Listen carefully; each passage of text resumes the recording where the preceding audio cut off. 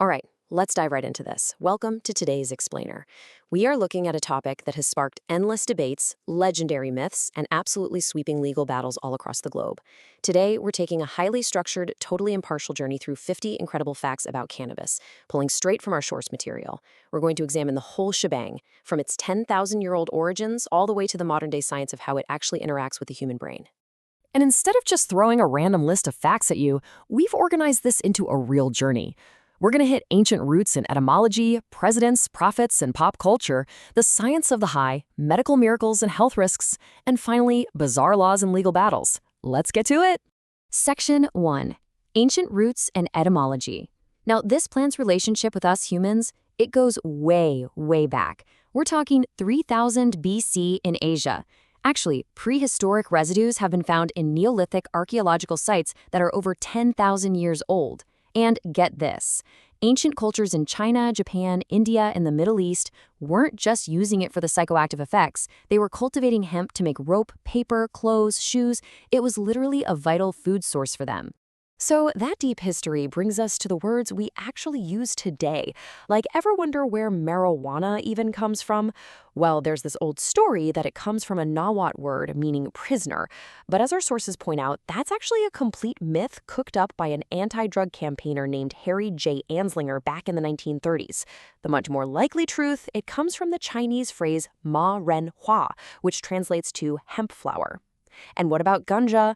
That one has its own ancient roots, coming straight from the Sanskrit word for the hemp plant. Moving right along to Section 2, Presidents, Prophets, and Pop Culture.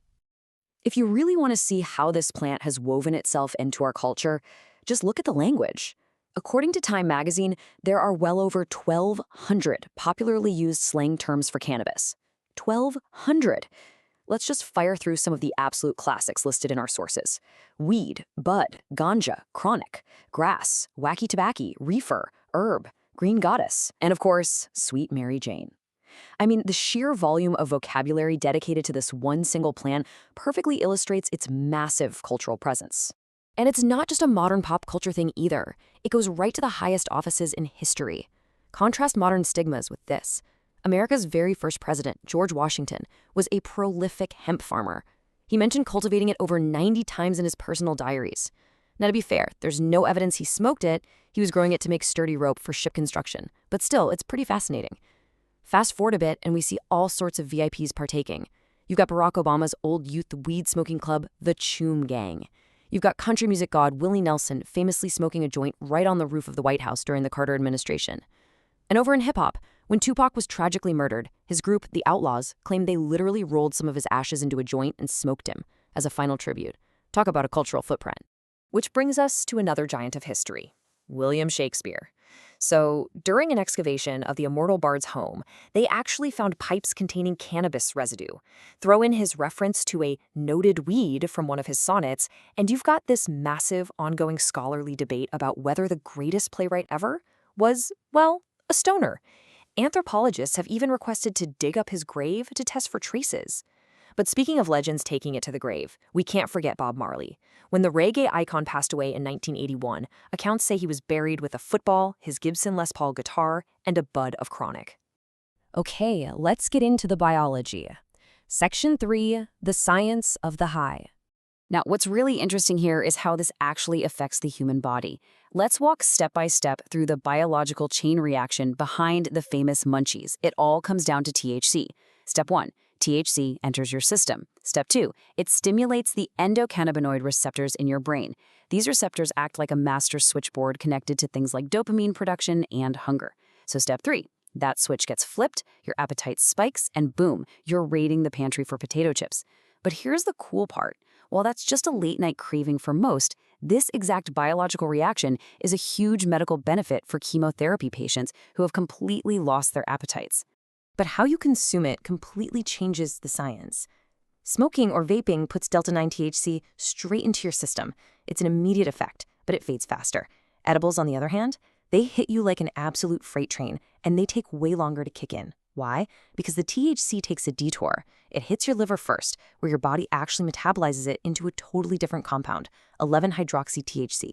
And that creates a much heavier, much longer-lasting body high. To really anchor that point, listen to this exact quote from neuroscientist Nick Chiccombs right from our source material. He sums it up perfectly.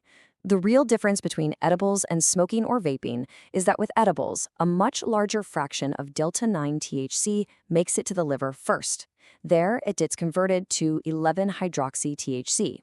That little chemical conversion right there, that is the exact scientific reason behind why edibles sneak up on you and hit so incredibly hard. All right, let's look at the health impacts. Section 4, medical miracles and health risks. Let's start with a really sobering number. 50 million. That's how many people around the world suffer from epilepsy, a really tough, life-threatening condition. But in recent years, certain synthetic cannabinoids have become absolute game changers. There's actually an FDA-approved drug now called Epidiolex that has been a literal medical miracle for reducing the severity of seizures, especially for people suffering from super rare, dangerous strains like Lennox-Gastaut syndrome and Dravet syndrome. But we have to look at the whole picture here impartially. Our sources also detail some very real, scientifically proven health risks. For instance, using it can increase your heart rate for hours. And obviously, inhaling any kind of smoke is going to irritate your airways and potentially cause a chronic smoker's cough. There's also this pretty severe condition called cannabinoid hyperemesis syndrome, which basically triggers intense cycles of vomiting and stomach pain. Plus, for heavy users, quitting isn't always easy. You can absolutely experience genuine withdrawal symptoms like insomnia, major mood swings, and just overall irritability. It is definitely not risk-free. Which brings us to our final chapter, Section 5, Bizarre Laws and Legal Battles. The legal history in the US is honestly a total roller coaster. Check out this timeline. The first restrictions popped up in 1906. Then, by 1937, it was essentially outlawed completely with the Marijuana Tax Act. But then, and you can't make this up, during World War II in the 1940s, the US government suddenly started pushing hemp for victory propaganda because they desperately needed cheap, durable rope for the war effort. Then the pendulum swings right back in the 1970s, where hemp gets strictly banned again under the Controlled Substances Act. And our sources point out that move was heavily driven by Richard Nixon's politically motivated war on drugs. It's an incredibly contradictory history. And those policy swings have huge financial consequences today. Just look at this number, $8.5 billion. That is the staggering estimated amount of federal tax revenue the U.S. government could potentially rake in if they fully legalized it. That's a massive missed payday, especially when you contrast it with the sheer cost and scale of historical government enforcement. I mean, back in 1977, there was this famous night train seizure where the U.S. Coast Guard busted a ship carrying an unbelievable 54 tons of marijuana. 54 tons. And this brilliantly illustrates just how wildly the legal and economic landscape shifts depending on where you are in the world today. Over in Japan, you're looking at the world's most expensive cannabis, a massive $32 for a single gram.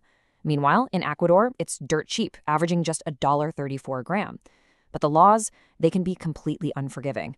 Look at Malaysia. They have some of the most brutal anti-drug laws on the planet.